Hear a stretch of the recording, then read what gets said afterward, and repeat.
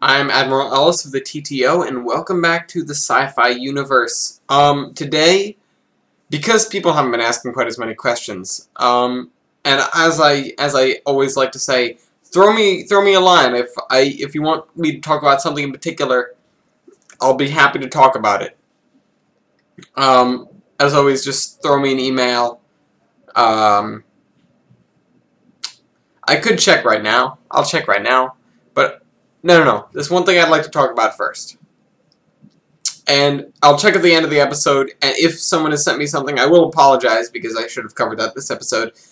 And I will say that I will most definitely answer it next episode. So in a week from now. So, today I'd like to talk more about the TTO itself, and just research and development stuff, because we don't know everything. We're not omnipotent nor infallible, as Mabel likes to put it. And we have one major ship. Well, we have a few ships, but we have one major ship that we use for research and development, and this is it right here. Okay, well, maybe that's not it in its heyday, but that's what it was right before we got it. I don't remember whose idea it was, but it was somebody's idea to try and piece this ship back together and use it as an R&D vessel. And we did, actually. It's still... It took a lot of it. Or it took a lot of work to get all these pieces either rebuilt or just put back up into space where we could reassemble it. Also, not to mention the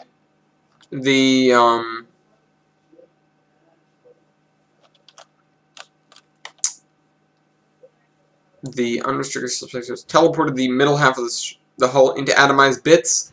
It didn't happen. Well, it would have happened, but we decided to change that outcome, and we took the middle part. We rigged the slipspace drive to take the middle part, and instead just teleport it to the restaurant at the end of the universe, which is our backup site. Yeah. What is this? It's our backup site, and then we began the long and tedious process of gathering all the other pieces from the front and the rear, and attaching them to the main part, welding them back together, and then reinstating all of the operational systems. It's been, I think, a couple hundred TTO cycles since we got all of the pieces we needed, but it's still finicky. Not everything is working.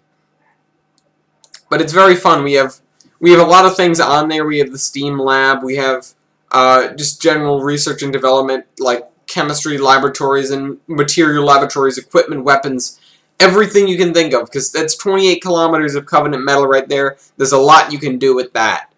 There's a lot of room on there to play with stuff, quite honestly. But, you know what, let's just check this right now. Let's go home, and this will be logging to the wrong account. I need to go here. Then Gmail. I doubt I have anything, because I very rarely get stuff from you guys, but if I did... Oh no, I got a subscriber, thank you. Thank you, Dan Rain 12345.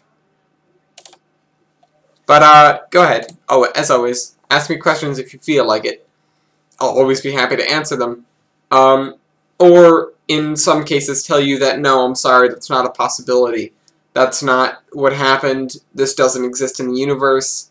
I hate saying that to people, but there are some things that were actually original ideas by publishers and designers. Thank God Twilight was one of them.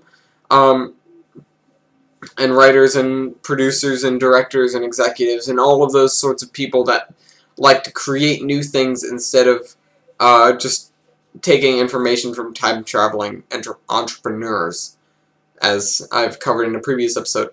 By the way, I always need new material, and there's always going to be something more for me to say about it for any individual topic. So even if I've covered it or partially covered it in a previous episode, feel free to ask a question again, because then I'll be able to go more in depth with what that individual topic is. Like the War with the Mind episode. I know there's a lot more to go with there. I mean, look at like ascended beings, and then people can get partially deascended or completely deascended. Look at Apophis. He tried to ascend, and the ancients denied him, but he was too powerful for them, so he kind of ended up half ascended, and God knows what happened to him. It's ridiculous what really goes on. What goes on behind the scenes. I need something to talk about.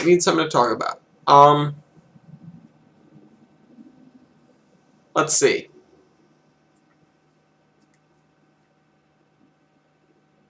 Oh, here's an interesting topic. The 5 races.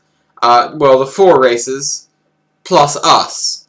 If you look at Stargate mythos, or Stargate lore, there was a coalition called the 4 Races, and it was the Alterans, aka the Ancients, aka the Forerunners, the Asgard, the Nox, and the Furlings. And they all had different areas in which they worked. The Asgard are from a different galaxy. Nox and the Furlings, not entirely sure. I think they're just relegated to their singular planets. But, back before the Halo Array fired, they ruled the galaxy together. This galaxy. The Nox and the Furlings decided to accept their fate. The Forerunners tried to escape and didn't. And the Asgard retreated to their home galaxy for many, many years. They eventually came back and tried, well, by the time they came back, the Goa'uld were in power, and they decided to leave them in power because it left the galaxy relatively stable, even though they didn't quite like how they ruled. And that's why they created the Protected Planets Treaty, to keep certain planets from being invaded and taken over by the Goa'uld superiority, I guess. And the Asgard are very, very superior to the Goa'uld. If the Goa'ulds, it's a weird thing to say a lot. If the Goa'uld break the treaty in any way, shape, or form, the Asgard can just very easily, you know, get rid of them, like, plink, goodbye, because they have far, far superior technology. I mean, the Asgard eventually committed suicide. But before the Forerunners died, they entrusted us with their legacy. We know this. We are the Reclaimers, the next servants of the mantle, and, you know, some Forerunners weren't too happy about that. Ahem, didact. That's because he fought against us in the Human Forerunner War. I mean, it's right of him to hold a grudge, I guess, because he was at war with us. You know, it's some... No, I'm not even going to go into stereotypical stuff again. But, you know, it's just, he was a military man, and he was a military commander, not just a military man. And, you know, he was at war with us, and then when the librarian, his wife, ironically enough, gave us the mantle, he probably wasn't too happy about that. I haven't read Primordium, and they haven't released Silentium yet. I'm sure we'll come to learn much more about those interactions in those 2 books. Those are the 2 and 3 of the Reclaimer trilogy. I know. Is it? The Reclaimer trilogy is the trilogy of games. I think these are just called, what, the Greg Bear novels? I don't know. I need to catch up on my podtacular. When I spend time in Mabel's, I often lose time here, although I try not to. It's like I can leave for a minute for you guys, and it'll be like a week for me, and that totally screws me up, because think, like, imagine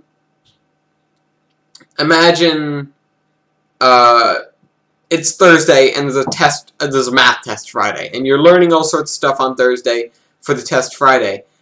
you wouldn't want a week off between Thursday and Friday. Well, you might, but if you're going to do well on the test, you're going to want to just have the test right after you learn the stuff. And that'll screw me over because I'll come home and then I'll get sent on a recovery mission or something. Or, well, my stay here is one big long, what was it, continuum repair mission. Again, I need to get out my document of the missions and I need to present it. I haven't been able to because I've just been lazy and not enough people have been there. We're relatively busy right now. I'm not sure what with. I haven't synced my PDA in all my time I was there. PTD, not PDA. Personal time device. It's sort of like a handheld cell phone type thing that you just connect to the Mabel's computer system. You sync up while you're there and you get all sorts of notifications and alerts on things.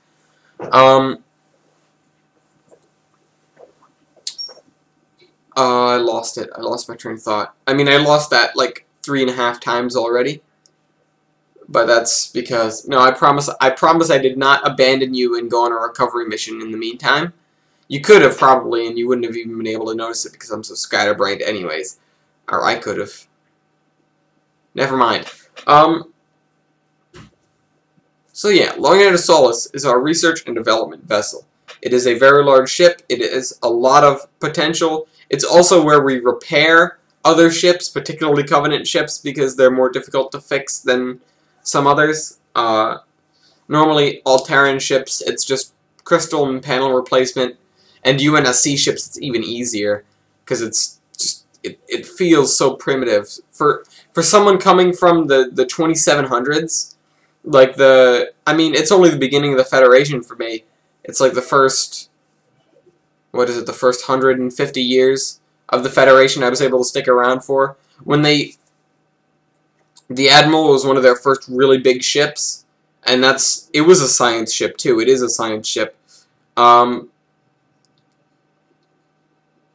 it was a science ship. Now it's not. Now it's a warship. It has a quad warp core power array, which gives it a lot of power, but also makes it a little bit difficult to work with.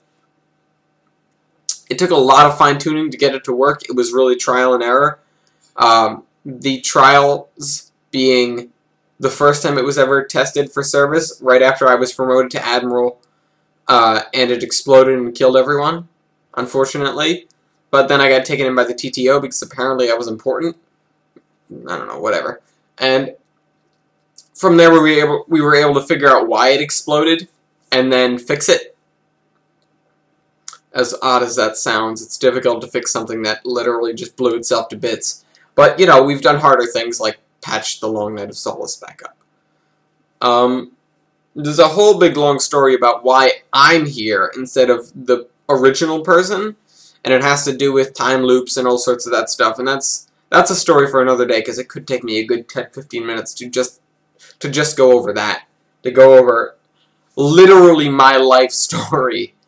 Possibly one of the more boring things of the TTO are people's life stories, especially before they come into the TTO.